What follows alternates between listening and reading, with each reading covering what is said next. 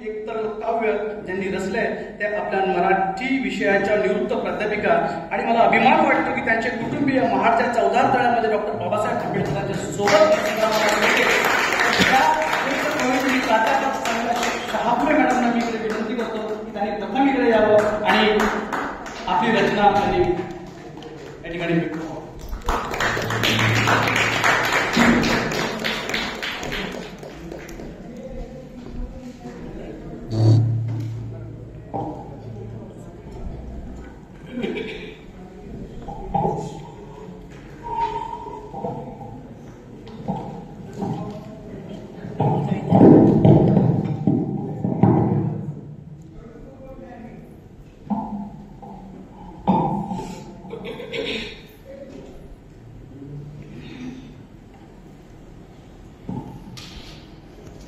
प्रस्तावना म्हणून नाही पण एक व्यक्त व्हायचंय भावना मला खरं भरून आलंय वास्तविक आता त्याचं कारण असं की आज हा वेगळा मंच आहे मला उभा राहण्याचा आणि तो सर्वस्वी माझ्या बाबांच्यामुळे आहे असं मला वाटतं.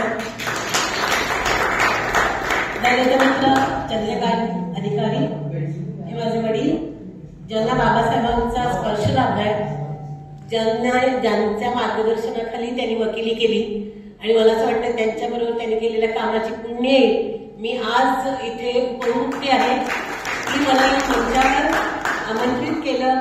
मी विद्याचे खूप आभार मानते आणि माझी कविता तुम्ही वाचली परत एकदा मला कधी येत नाही असं भरून वगैरे पण माहित नाही काय बाबांची आठवण आली असेल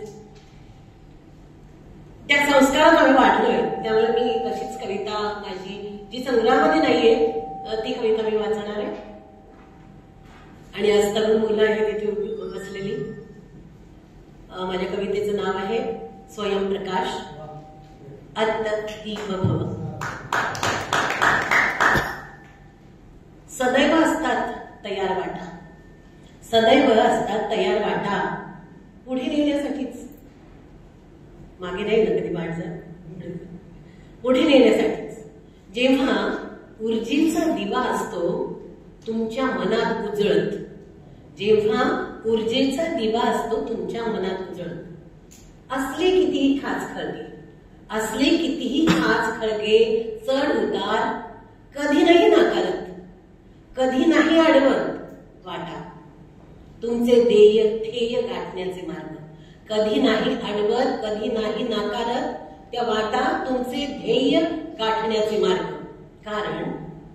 कारण ऊर्जेचा दिवा तुमच्यात सतत असतो उजळत, कारण ऊर्जेचा दिवा तुमच्यात सतत असतो उजळत. वाटेवरचे काटे कुठे, वाटेवरचे काटे कुठे, धूळ माती फुपाटे, दगड धोंडे उंचवटे, राडा रोड्यांनी भरलेले डबके, नाही थुकवत प्रगतीचा मार्ग, ते नाही थुकवत प्रगतीचा मार्ग. कारण तेवत असतो दिवा ऊर्जेचा तुमच्या अंतःकरणात, कारण तेवत असतो दिवा ऊर्जेचा तुमच्या अंतःकरणात. सांगत असतात, समजावत असतात मार्ग अखंडतेचा वाटा, सांगत असतात, समजावत असतात मार्ग अखंडतेचा. सातत्याने चालत राहण्याचा, सातत्याने चालत राहण्याचा या जीवन वाटा. वाटाच त्या होतात कधी अंधारलेल्या, वाटा होतात कधी अंधारलेल्या घनदाटही.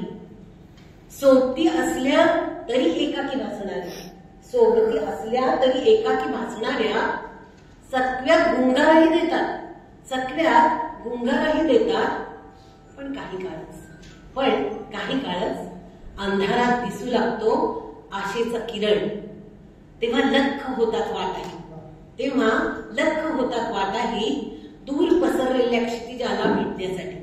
तेव्हा लख होतात वाटाही दूर पसरलेल्या क्षितिजाला भेटण्यासाठी. कशा वाटा? अंधाराकडून प्रकाशाकडे नेणाऱ्या, अंधाराकडून प्रकाशाकडे नेणाऱ्या, अज्ञाताकडून ज्ञाताकडे नेणाऱ्या प्रकाश वाटा. सतत राहतात उजळत. जेव्हा तुमचा देहच होतो प्रज्वलित ऊर्जा, जेव्हा तुमचा देहच होतो प्रज्वलित ऊर्जा. म्हणूनच तथागतांचा शब्द हृदयात ठसू द्या. म्हणूनच तथागतांचा शब्द हृदयात ठसू द्या. दीप भव.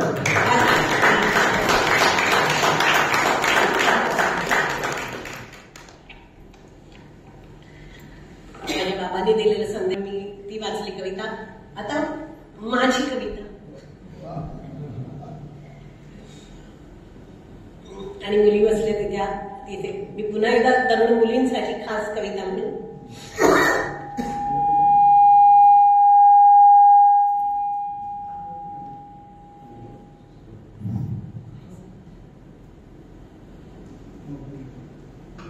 कवितेचं नाव आहे, ही माझ्या संग्रहातली कविता आहे. ही काय बाई आहे? तुमच्या कानावर कधीतरी हा शब्द पडलेला असेल. कविता खूप ऍडव्हान्स आहे असं मला वाटतंय. आता तरी तुमच्याकडे सगळ्यांकडे बघूया कशी तुम्हाला आवडते का. कापलेत केस मुलांसारखे. माझ्या कवितेचं नाव आहे ही काय बाई. कापलेत केस मुलांसारखे. कुंकू कुंकू तर कधी रेखलंच नाही. कुंकू ते तर कधी रेखलंच नाही. कानात नाकात पापणीवर भुवईवर टोचून घेते.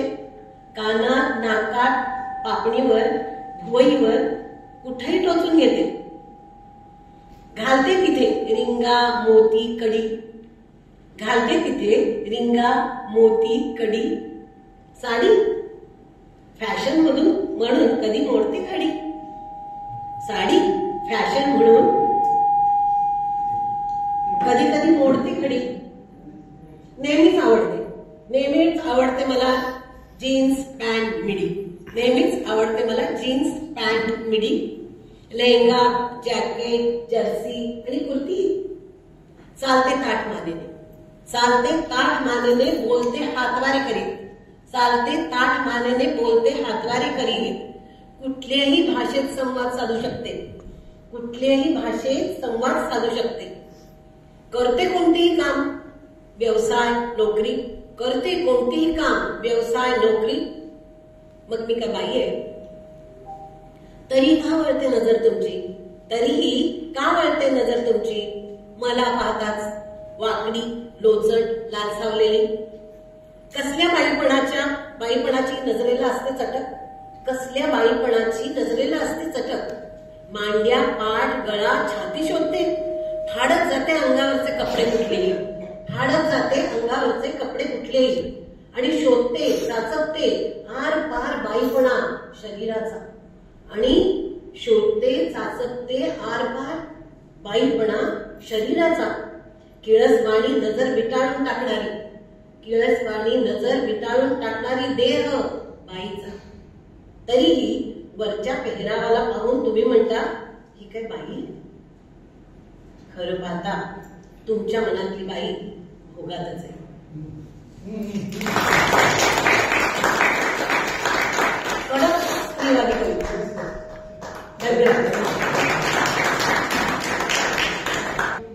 शांती मॅडमने आपल्या समोर सादर केलेला आहे. परंतु आपल्याकडून प्रोत्साहन म्हणा किंवा टाळ्या म्हणा कमी होत आहेत. इथं सुरुवात आहे. मी असं समजू का हळूहळू एनर्जी आपण कलेक्ट करतोय असं काही आहे का कसं काय. म्हणजे कारण की एक कवी संमेलनामध्ये एक रसिकांकडून एक जी साथ लागते ती थोडीशी भरून काढायची आपल्याला आणि जोरदार करायची. आणि मी तुम्हाला इथे विश्वास देतो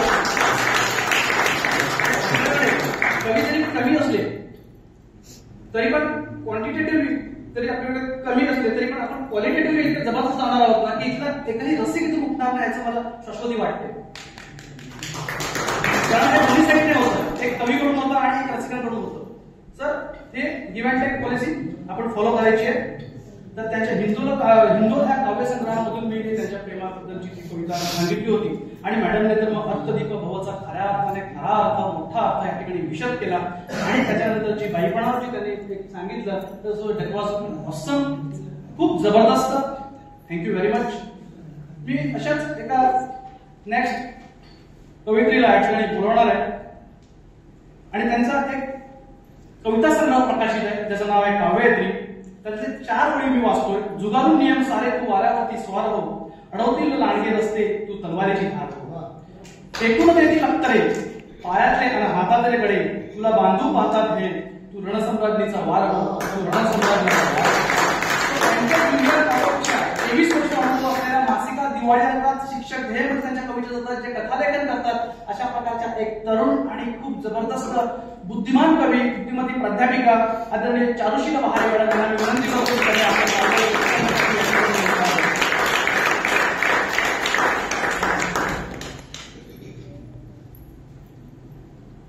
धन्यवाद. उपस्थित सगळ्यांना सविनय जय भीम. माझी सगळ्यात पहिली कविता आहे, चला आभाळ पाहू. बुद्धांचे अनुयायी आम्ही मानवतेची रक्षा करू. बुद्धांचे अनुयायी आम्ही मानवतेची रक्षा करू. अंधश्रद्धेची नाळ कापुनी विज्ञानाची कास धरू. धर्मांतराने दिला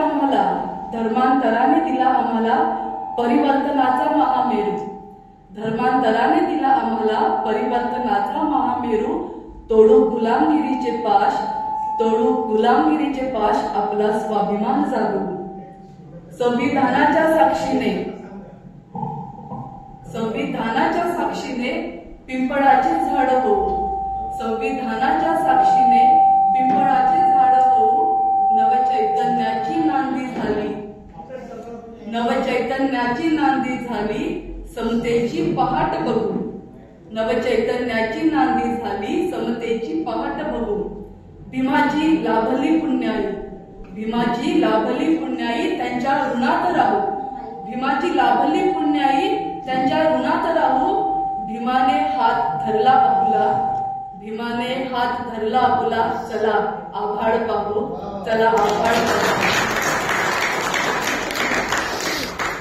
माझी दुसरी कविता आहे, त्याचं शीर्षक आहे वसुंधरा.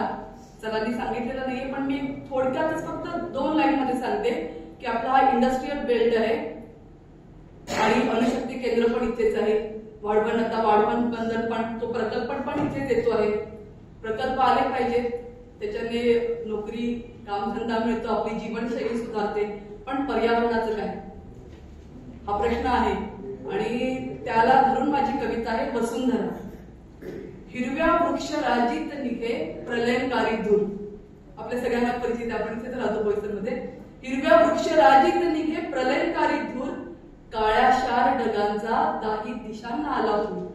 आता भोंग्यांचा आवाज मशिदीचा सूर. कशी ऐकावी सुकलेल्या पाचोड्यांची ती सुरसुर. हिरवी पाने फुलेही विसरली गीत ते मधुर. पक्ष्यांनीही घरटे सोडले जाऊनी बसले ते दूर. डोंगर झाडी दाट वनराई ही बसली आता रुसून. कुठूनही हा प्रकल्प आला विनाशकारी बनूनी असूर. रणरणत्या उन्हात वितळल्या निळ्यागार झऱ्यांचा नुपूर. कसा हा काल माजला ऊठ बघ सर्व दूर. अश्रूंनीही टाहो फोडला मनाच्या सागरी दाटली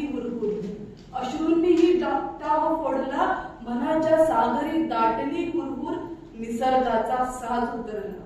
निसर्गाचा साज उतरला. वसुंधरा दिसते ही बेलूर. धन्यवाद. आपल्या काव्यातली ह्या कविता संग्रहाप्रमाणेच आपण जी चला आभाळ पाहू काव्य या ठिकाणी व्यक्त केलं, तर त्याच्यावरून मला असं वाटतं की आभाळाचा केला कागद समुद्राची गिरीशाही, तरीही त्याचे कार्य सांगूनही संपणार नाही, हे आपल्या बाबासाहेबांबद्दल. मॅडमनी वसुंधरा बद्दल जे सांगितलं, तो सध्याचा जो आपला प्रकल्प आहे वाढवण बंदराचा वगैरे, तर त्याच्याबद्दल इतकं जिवंत काव्य मॅडमने व्यक्त केलं की वाढवण बंदरामध्ये प्रकल्प म्हणजे आम्ही तिकडचे प्रकल्पग्रस्त असल्यामुळे आम्हाला जे कळतं म्हणजे आमच्या अंतर्मनामध्ये चाललेली जी एक तळमळ आहे, आमची जी तडफड आहे, ती तुमच्या काव्यामधून आम्हाला ऐकायला मिळाली.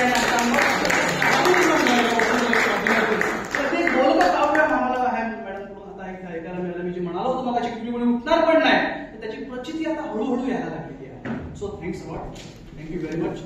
मी अशाच एक दुसऱ्या त्यांच्या एक अशा आमच्या मॅडम आहेत की ज्यांना मी त्यांच्या सूत्रसंचलनाचा मला खूप आवडलं होतं, मी ते फॉलो करण्याचा प्रयत्न केला होता आणि त्याही एमके ज्युनियर कॉलेजमध्ये आहेत.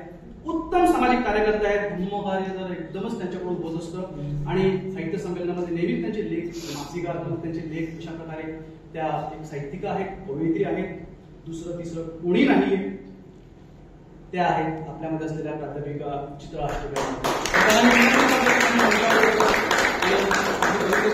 सादर करायचं.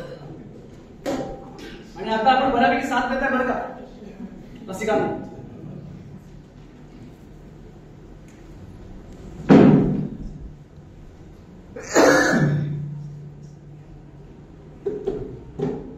सर्व बंधू भगिनींना, मान्यवरांना सविनय जय भीम.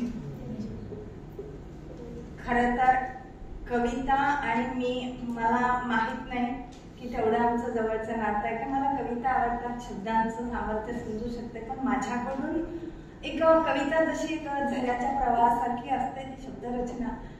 कारण इथे माझ्या गुरुवर्य प्राध्यापिका शहापुरे मॅडम आहेत, त्यांनी मला आल्याबरोबर म्हणाले तू आणि कविता, आणि खरंच ते सत्य आहे. पण विद्या मॅडमनी आणि सर्व आयोजकांनी ज्या तन्मयतेने, ज्या उद्देशाने हा कार्यक्रम आयोजित केलेला आहे, तर मला असं वाटलं की ते माझं कर्तव्य आहे की भले ते अंग मला नाही आहे त्या पद्धतीचं, पण मला इथे येणं आणि जे काही माझे 4 शब्द प्रेमाने मी इथे करणार आहे नक्कीच तुमच्यापर्यंत पोहोचतील असं मला वाटतं. माझ्या कवितेचं नाव आहे राहूनच गेला. राहूनच गेला. एका चांगल्या कुटुंबात जन्माला आलो. एका चांगल्या कुटुंबात जन्माला आलो. तरी जातीभेदाच्या चटक्याने होरपळत राहिलो. अस्पृश्यतेच्या वेदनांनी जखमी होत राहिलो. आनंदाने बालपणात जगायचं राहूनच गेला. शाळेत गेलो, महाविद्यालयात शिकलो. दिवस निघून जात राहिले, पण व्यवस्था तीच राहिली. मित्र, मुले, शिक्षक, प्राध्यापक हिनवत राहिले आणि पुस्तकातील समतेचं जग जगण्याचं राहूनच गेलं. इंग्लंड अमेरिकेला उच्च शिक्षण घेतलं. पोटात भूक लागली तरी पाण्यासोबत पाव खाऊन जगलो. सर्व ग्रंथालयातील पुस्तक वाचून ज्ञानाधीश झालो. पण एकही रात्र निवांत झोपणं माझं राहूनच गेलं. समाजाच्या हक्क अधिकारासाठी रात्रंदिवस लढलो. शोषितांना न्याय मिळवून देण्यासाठी पांडित्यपणाला लावलो. स्त्रियांसाठी ते हिंदू कोड बिल नाकारल्याने मंत्रिपदाला लाथाडलं. पण प्रिय रमाला तिच्या शेवटच्या क्षणीही वेळ देण्याचं राहूनच गेला. सर्व समाजाला आपली मुलं मानून त्यांचा बाप झालं. त्यांनी कसं राहावं, शिकावं, जगावं म्हणून मार्गदर्शन केलं. प्रबुद्ध भारत मुकनायक काढून मिलिंद सिद्धार्थ कॉलेज उभं केलं. पण माझ्या पुढच्या 4 मुलांना साधं जगवणंही राहूनच गेला. पाणी पिण्याच्या अधिकारासाठी सत्याग्रह केला. माणसाचं शोषण करणाऱ्या विषारी मनस्फूर्तीचं दहन केलं. मानाची पद जुगारून देऊन लोकांना माणूस घडवीत राहिलो. पण माझ्या ढासळणाऱ्या प्रकृतीकडे थोडं लक्ष देणंही राहूनच गेला. देशातील सर्व नागरिकांसाठी संविधान लिहिले. पीडित, अन्याय, अत्याचारग्रस्त लोकांना आरक्षण दिले. त्यांनी जन्मभर त्रास दिला, त्यांचंही भलं केलं. पण स्वतःविषयी थोडा विचार करणंही राहूनच गेला. यानंतर चित्र माझे शब्द मागे घेते.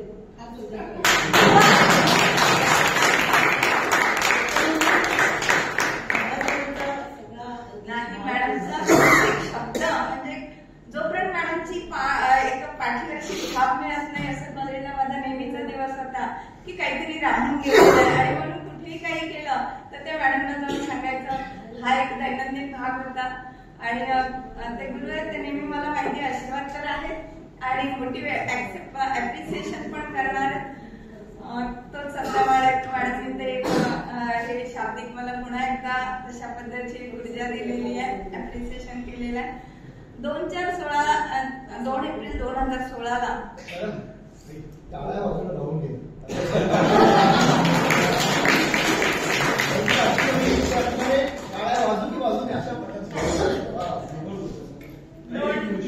पुढच्या अंगामध्ये पालकांची कविता येणार आहे, मी ते जाहीर करतो. आणि फक्त एक पॉइंट मला म्हणायचं की रविदादांचं मोदनी गीत ऐच्छित साठी गायले. आंबेडकरी कुटुंबाचा संपूर्णपणे त्यांचे जो सगळं आहे त्यांचे पिढ्या त्यांचा वंश त्याच्यावर गेलेला आहे, त्याचा त्रास त्या पद्धतीची कविता झाली आहे.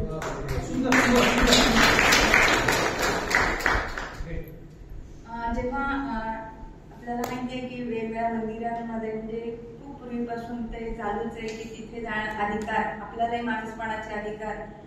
तर तृप्ती मोरेंनी जेव्हा शनी शिंगणापुरासाठी आवाज उठवला होता, बऱ्याच आमच्यासारख्या महिला सुद्धा सांगत होत्या काय गरज आहे का म्हणून. पण ती गरज म्हणजे तो अधिकाराचा भाग होता. आम्ही नंतर जाऊन नाही जाऊ हा आमच्या भक्तीचा आमच्या मानसिकतेचा भाग होता, पण तुम्ही थांबवणारे कोण. अशा पद्धतीचा स्त्रीच्या वर्गाला पडलेला, जागृत स्त्री वर्गाला पडलेला तो प्रश्न होता. आणि जेव्हा न्यायालयाने ही स्त्रियांची बंदी उठवली आणि तेव्हा मी ही कविता लिहिलेली होती. तेव्हा या कवितेचं नाव आहे माणूस. आणि संविधान आपलं लागू करून 66 वर्ष झालेली, देश स्वतंत्र झालेला. म्हणजे नेहमी आपण इंग्रजांना ब्लेम करतो की त्यांनी असं केलं होतं तसं केलं वगैरे. आणि म्हणून 66 वर्ष लागली पहा वाट पाहायला, घटनेनुसार माणूस म्हणून तिला अधिकार मिळाला. 66 वर्ष लागली पहा वाट पाहायला, घटनेनुसार माणूस म्हणून तिला अधिकार मिळाला. होती तिला बंदी शनी शिंगणापूरच्या मंदिरात, मग धाव घेतली तिने मुंबई उच्च न्यायालयात. शिंगणापूरच्या त्या शनीला नाही कधी जमले, पण मुंबई उच्च न्यायालयाने त्याची मागणी 66 वर्षानंतर बघा चमत्कार झाला, घटनेनुसार तिला तिचा अधिकार मिळाला. न्यायाधीश माणसाने माणसाला जाणले, न्यायाधीश माणसाने माणसाला जाणले, दगडाचे देव काय कामासाठी. संपवून दाखवावा भक्तांनी स्त्री पुरुष फरक, संपवून दाखवावा भक्तांनी स्त्री पुरुष फरक. बघूया त्यांच्याकडे आहे का भारतीय संविधानासारखी धमक. धन्यवाद.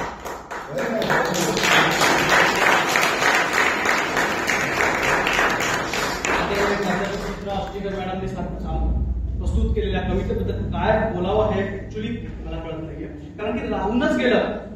ह्या कवितेमध्ये मॅडम अशा काही बोलल्या की आमच्या अपरांच्या अध्यक्षाने आता त्यांनी अनाउन्समेंट करून टाकली की तुमची कविता अंकामध्ये दाखल होणार.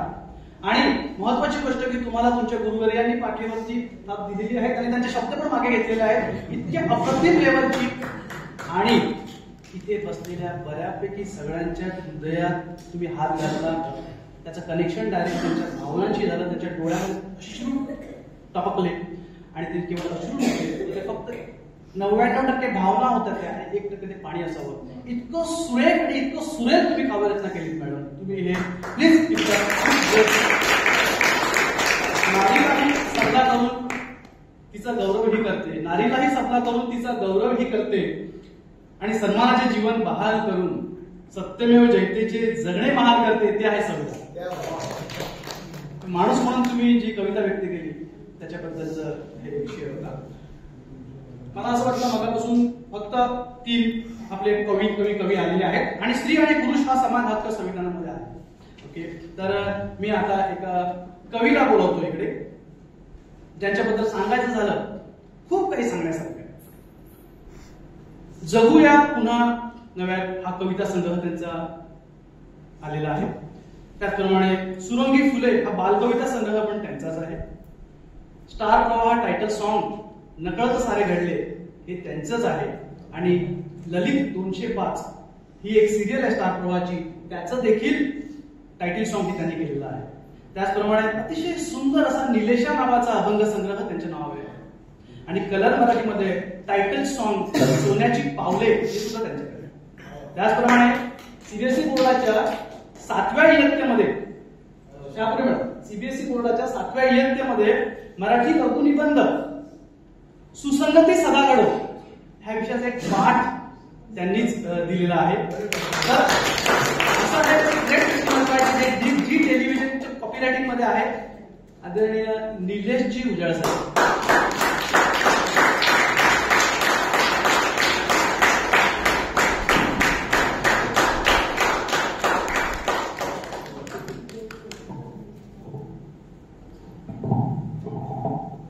धन्यवाद सर.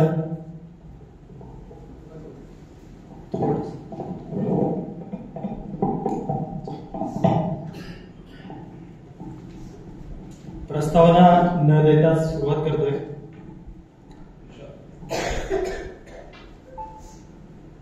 पहिलं काव्य जे आहे, आवाज येतोय ना व्यवस्थित? आवाज बाबासाहेबांच्या चरणी माझे काव्य फुले अर्पण करतो. प्रथम कवितेचे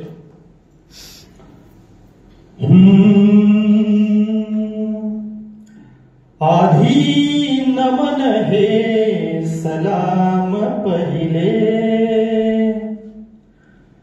आधी नमन हे सलाम पहिले, प्रणाम करूया यशोदीपाला.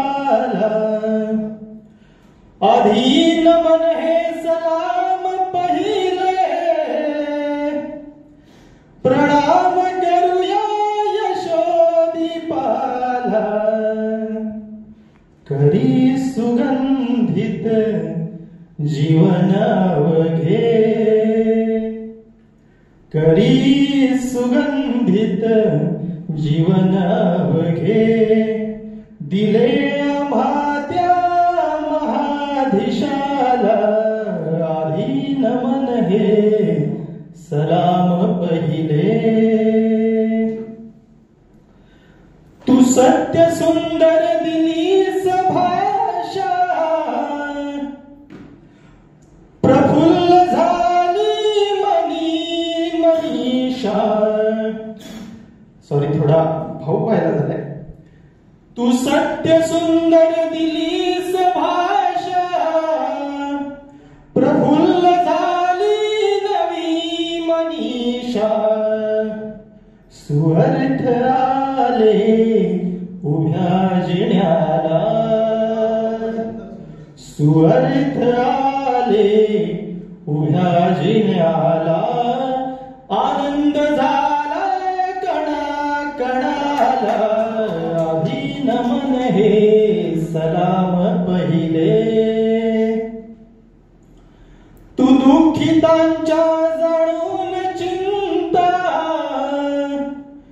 करी सुखाचा दिलास वाटा. तू दुःखितांच्या जाणून चिंता, आम्हा सुखाचा दिलास वाटा. आयुष्य वेचून प्रबुद्ध झाला, आयुष्य वेचून प्रबुद्ध झाला. सुबोध मंत्र जय भीम बोला. आधी नमन हे सलाम पहिले. आणि शेवटाकडे हे ज्ञान सूर्या हे दिव्य दूता, कवळ करतो तुझी मी गाथा. कवी निलेशा विनम्र झाला, कवी निलेशा विनम्र झाला. तुला हे बाबा वंदण्याला. आधी नमन हे सलाम पहिले. प्रणाम करूया यशोदीपाला. आधी नमन हे सलाम पहिले. प्रणाम करूया यशोदीपाला. जीवन अवघे, करी सुगंधित जीवन अवघे, दिले आम्हा त्या महाधीशाला आधी नमन हे सलाम पहिले.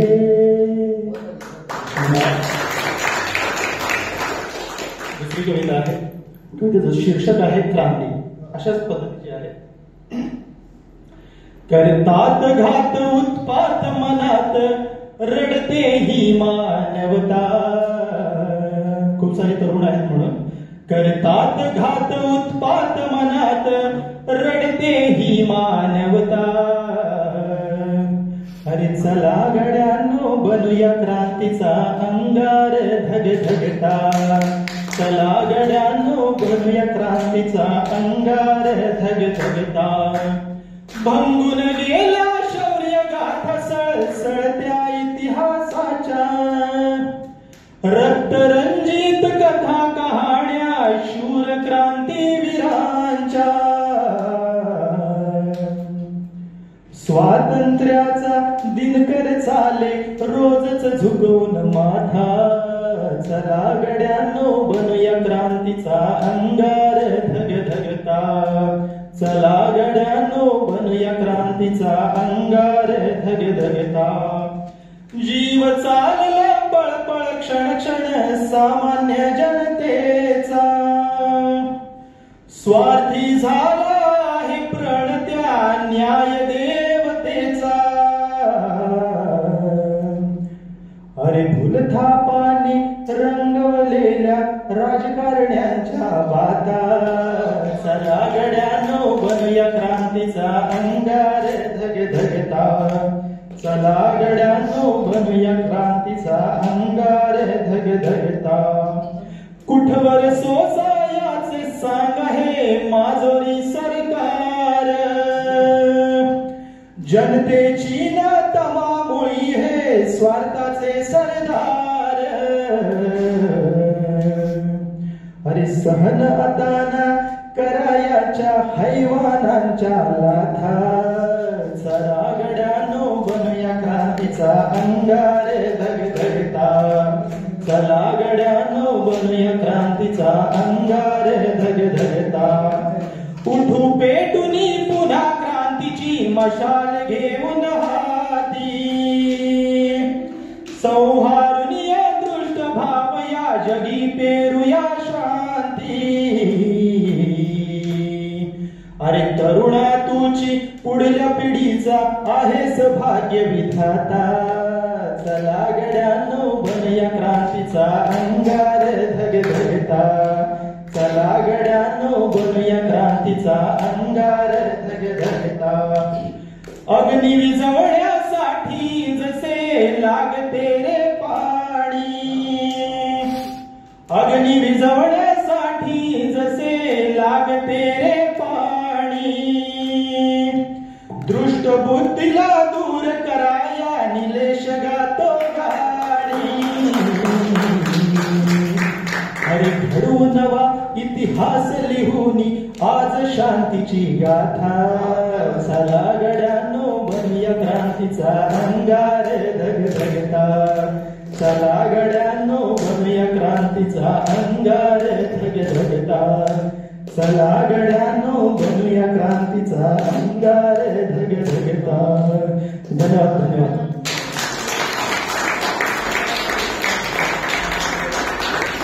एकदम कडक, एकदम धमाल आणि चालू. माझ्या मनात असा विचार आला की मी एखादा मृदुल किंवा एखादं ढोल वगैरे किंवा तबला वगैरे आणायला पाहिजे होतं की काय. अशा प्रकारचं काही सुरेख काव्य केवळ कविता नाही, पण त्यांचा स्वर, त्यांचा आवाज, त्यांची presentation, त्यांची काव्य मांडण्याची पद्धत अप्रतिम. आणि त्याच्यामुळे माझा ऍक्च्युली तेवढा काय गळा वगैरे नाही, नडकं वगैरे म्हणू शकतो मी, पण मला एक अशी इच्छा झाली. भीमरावया नात्याला मी काय म्हणू सांगा. भीमरावया नात्याला मी काय म्हणू सांगा. मी बाप म्हणून तुझला की माय म्हणून सांगा. ही राहुल अंडेकरांची कविता आहे आणि मला त्यांची बाबासाहेबांचं नमन ह्याच्यातून मी त्याला रिलेट करण्याचा प्रयत्न केला. सो ग्रेट दिलीप विजाळ साहेब, जबरदस्त. कवीची संख्या थोडी कमी आहे ऍक्च्युली, 20 ची संख्या होती आणि वाचलेल्या आहेत 8 वाजून 10 मिनिटं. पण एक मोह आवरता येत नाहीये, त्याच्यामुळे मी ज्यांचा मोठा फॅन आहे असे एक कवयित्री आपल्यामध्ये बसलेले आहेत, ज्यांना 20 वर्षापासून ते काव्य करतायत आणि त्यांना त्याच्यासाठी विचार करावा लागत नाही. ते असं सरळ असं मक्खन असं निघत असतं आणि त्या काव्यामधून त्याच्यातून ते संमोहन साधत असतात. निसर्गाशी युद्ध करता येत नाही, नाहीतर लोकांनी तेही केलं असतं. सर्व चांदण्यावर गोळीबार केला असता आणि चंद्राची पाणी पाणी करून पिलं असतं. वर्णभेद वर्गभेद जातीभेद प्रांतभेद एकच लाल रंगाची भेदाभेद, माणसा माणसात फाळणी झाली, बरं झालं बाबा पृथ्वीचे तुकडे पाडता आले नाही. तर हे एक असं काव्य आहे निसर्गावर, जे त्यांच्या काव्यसंग्रहातूनच मी ते वाचलं. हे कोण शिल्पकार, हे मोठं काव्यसंग्रह आहे, हे धुळं पाडणार काव्यसंग्रह आहे. सुंदर पदार्थ हे सुद्धा एक धुळं पाडणार आहे आणि एक सुपर चरित्र आहे की तुम्हाला ते वाचल्यानंतर कळेल की ह्या जगातलं जर बेस्ट कपल कुठलं असेल की त्यागातून किती प्रेम निर्माण होतं, तर ते आहे यशोधरा. एक सुंदर चरित्र पुस्तक आहे. ते ज्यांनी लिहिलंय त्या आपल्या आदरणीय अध्यक्षा विद्याताई बोरजरे मॅडम यांना मी विनंती करतो प्लीज की त्यांनी इथे यावं.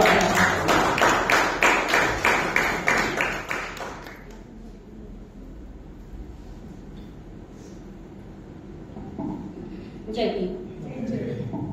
बरोबर आहे ना? माझ्यापर्यंत येतो का? कणाकणातून उलगडावे मनाच्या कोमल कडीला, शुद्ध होऊन बुद्ध व्हावे या सुमंगल कडीला. धर्ममय वातावरण झालेलं आहे आणि या धर्ममय वातावरणामध्ये अगदी काव्यधारा बरसत आहे. असे 101 प्रोफेशनल कवी इथून येऊन गात आहे. म्हणून कोणी मोठा कोणी छोटा, कुणाची चांगली कविता आणि कुणाची नाही असं नाही म्हणू शकत. असो, रमाईची जयंती या अनुषंगानेच हा कार्यक्रम आहे. प्रथमतः मला पण 2 कविता सादर करायची. अध्यक्षीय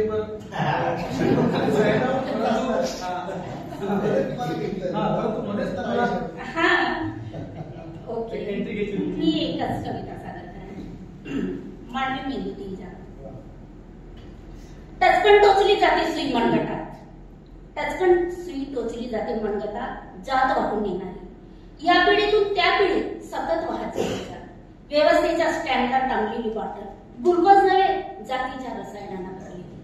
माणसात केवढ्या दऱ्या निर्माण केल्या एका अक्षराने. कित्येकीच्या कपाळाचे कुंकू लुटले, कित्येकाळी भंगले दुभंगले जातीच्या विस्फोटाने. मानवी मेंदू जन्मलेली एक अतिरेकी कल्पना, त्या मेंदूला एक छेद द्यावा प्रदूषित रक्त वाहून जाण्यासाठी. जातीने लदबदलेली ही गोल मानसिकता, भणभणत आहे डोकं मलिन चित्र पाहून. हे कृत्रिम कोटीचे जाती, तू आजच्या काळाला अनुरूप आहेस का? तू विज्ञानानं तरी सुसंगत आहेस का? अरे तू धर्मचरणातली द्वेषाच्या आगे धगधगत व्यक्त होते. हरेक दिवस नव्या हिंसाचाराने होतो. मग मगरूर कलंकाराची विक्रांत विधा या शतकात बदलाव वाटत नाही. इथे आम्ही अवघी शक्ती पणाला लावली. किती उथळले समतेचे आणि परिवर्तनाचे अक्षरे. कित्येकाने दिले कंठघोष माईकवरून, विवस्त्र केले गेले जातीला चित्रपटातून. तरी रक्तात धडकत आहे जातीचा जाळ.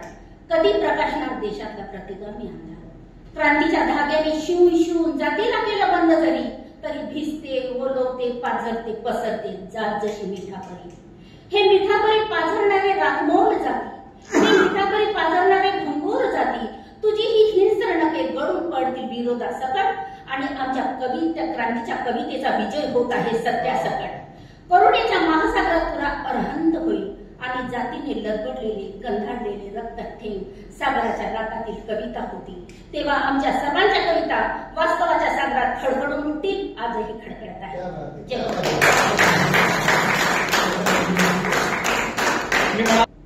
आणि त्यांचा कविता संग्रह आहे ऋतू बदलताना. दुसरा एक कविता संग्रह आहे त्यांचा चैतन्य. 30 ते 35 वर्षांचा त्यांना त्यांच्या नोकरीचा अनुभव आहे. ते शिक्षण विभागामध्ये नोकरी करतायत. केंद्र प्रमुख पदावर आहे. 70-80 शाळांना ते पर्यवेक्षण करीत असतात. गाढा अभ्यास आहे. आणि बरेच कवी संमेलनामध्ये त्यांची उपस्थिती असते, त्यांनी ते गाजवलेले आहेत, बोईसर मधलेच आहेत, दुसरे कोणीच नाहीये.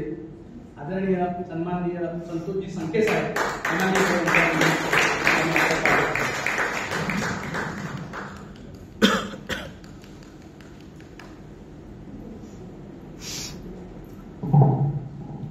आपली कविताच आपली ओळख असते. कवितेचं नाव आहे बाबासाहेब. या देशात तशा हत्या वरच्यावर होतच असतात. या देशात तशा हत्या वरच्यावर होतच असतात. प्रत्येक वर्षी, प्रत्येक महिन्यात आणि दर दिवशी. प्रत्येक वर्षी, प्रत्येक महिन्यात आणि दर दिवशी. पण प्रत्येक हत्येनंतर अपरिहार्य असतो तुमचा उल्लेख बाबासाहेब. पण प्रत्येक हत्येनंतर अपरिहार्य असतो तुमचा उल्लेख बाबासाहेब. त्यांनी जिवंत ठेवल्या आहेत जाती. त्यांनी जिवंत ठेवल्या आहेत जाती, वस्त्या जाळून आणि अब्रू लुटून. त्यांनी जिवंत ठेवल्या आहेत जाती, वस्त्या जाळून आणि अब्रू लुटून. पण त्यानंतर निघत असतो मोर्चा. पण त्यानंतर निघत असतो मोर्चा आणि भाषणात जयघोष होतो तुमचा. पण त्यानंतर निघत असतो मोर्चा, पण भाषणात हो जयघोष होतो तुमचा. कितीतरी लाखो लोकांना जगण्याची अस्मिता तुम्ही दिली. कितीतरी लाखो लोकांना जगण्याची अस्मिता तुम्ही दिली. पण त्याबरोबर मिळाला आहे काही लोकांना प्रेतावरचा लोणी खाण्याचा अधिकार. पण त्याबरोबर काही लोकांना मिळाला आहे प्रेतावरचा लोणी खाण्याचा अधिकार. धन्यवाद. कविता संपली. टाळ्या.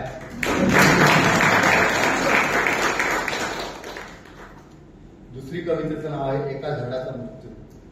आधी त्याने केहळणी करून निश्चित करा या झाडाचा मृत्यू. आधी त्याने केहळणी करून निश्चित करा या झाडाचा मृत्यू आणि काटेकोरपणे आपले वेळापत्रक झाड तोडण्याच्या कंत्राटाचे. आणि त्याने काटेकोरपणे आपले वेळापत्रक झाड तोडण्याच्या कंत्राटाचे बैलाच्या कलेवराभोवती जमावेत बिधाडे.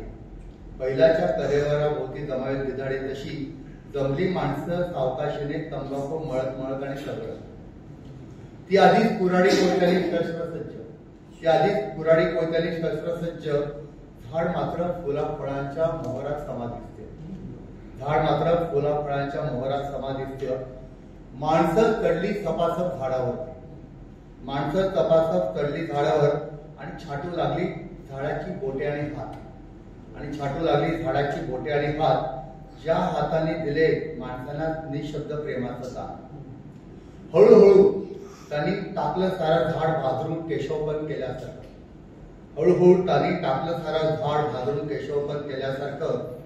आणि माणसं बसली थोडा वेळ विश्रांतीसाठी भर उन्हात. झाड अजूनही उभं होतं अश्वत्थामासारखं सुगंधी जखमीच्या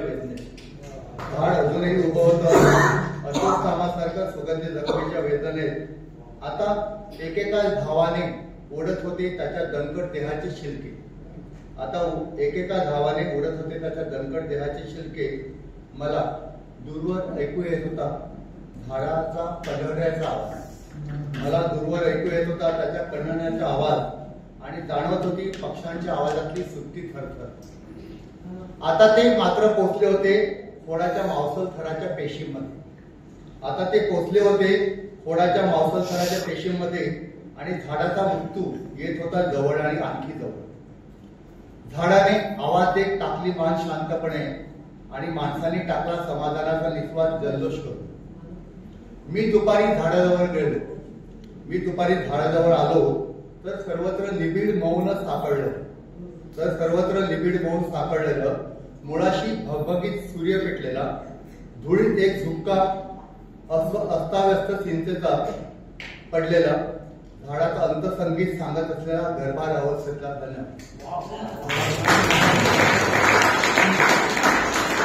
त्याच्या मागचा एक सांगण्यामागचा उद्देश आहे. मला इथे आल्यानंतर कळलं की आपल्याला एखाद्या क्रांतिकारकावर पण कविता सादर करायची आहे. तर ते मला माहित नव्हतं सॉरी. पण गार्डनवाली कविता पण घेऊ आपण. तुम्ही स्वतः एक क्रांतिकारक. तर जे मला थोडं माझ्या शब्दात मांडता आलं ते मी माझ्या शब्दात मांडतोय. आदिवासी माणूस हा त्याच्याच जगात वावरणारा माणूस आहे. त्याला निसर्ग सोडून आणखी काही दिसत नाही असं एक त्याचं जेव्हा विश्लेषण करावं लागतं तेव्हा असं करतो.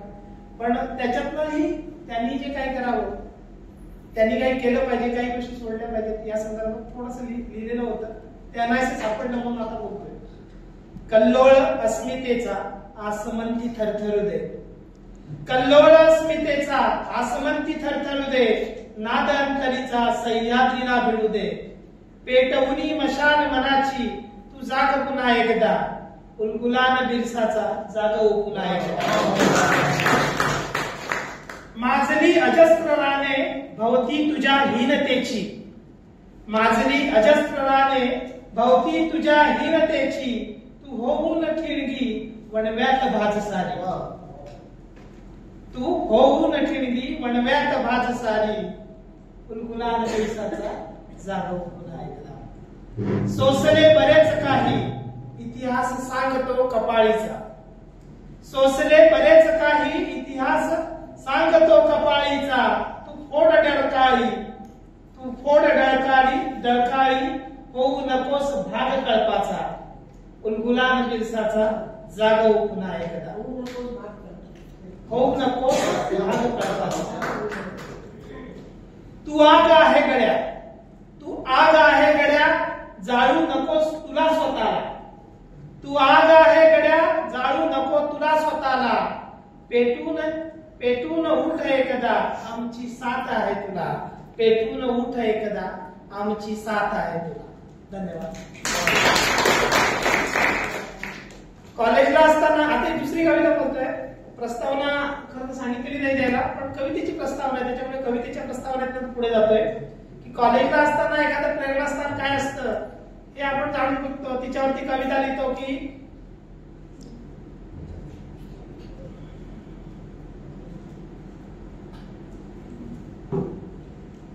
तिच्यावरती आपण कविता लिहितो. या तुझ्या लटा अशान मोकळ्यात सोड तू, मी खोल खोल गुंततो, आवर सखे तुझे हे मोह जाल मंत्र तू, मी खोल खोल गुंततो. आणि अशी प्रेरणा जेव्हा बायको होऊन घरातच येते तेव्हा थोडेफार खटके उठतातच. आणि या खटक्यातनं जे काही मिळतं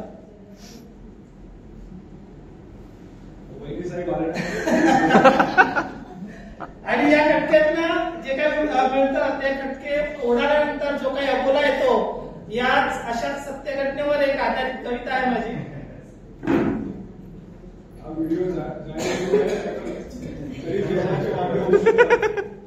ओके. काही अबोल्यानंतरची एक कविता. सूर्य कल्ला. सूर्य कल्ला क्षितिजाच्या मध्यरेषेपासून थोडा खाली, आणि मनात उगाच हुरहुर दाटून आली. कितीतरी माणसं होती आसपास, पण एकटेपणाचा अंधार मला आताशीच बिळू पाहत होता. दूर कुणीतरी दोघं हातात हात घालून लाटात फिरताना पाहिली.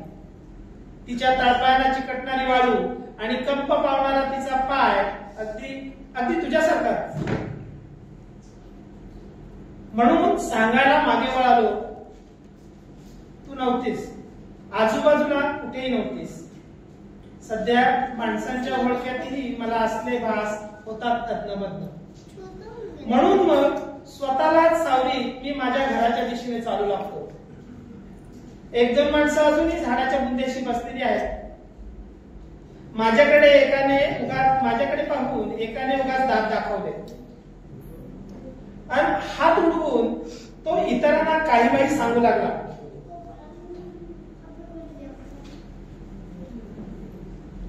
काहीतरी सांगू लागला.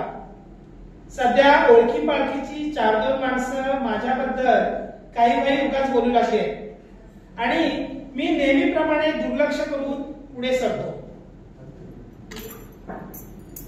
माझ्या खोलीत इकडे दिवे अजून मालवलेलेच आहेत. ते लावण्याची तसदीही न घेता मी तसाच खिडकीपाशी येऊन बसतो. समोरच्या खांबावरील दिव्याचा प्रकाश खिडकीतून आत आलेला. खोलीतील बकास आयुष्याला कंटाळून अंग चोरून बसलेला. इतक्यात खालून कुणीतरी तोल सावरत जाताना दिसला. हातात बाटली अर्धी अधिक रिसलेली. मला तो माझ्याकडच वाटला. दारूच्या कैफात बुडालेला तो आणि तुझ्या कैफात बुडालेलो मी. धन्यवाद.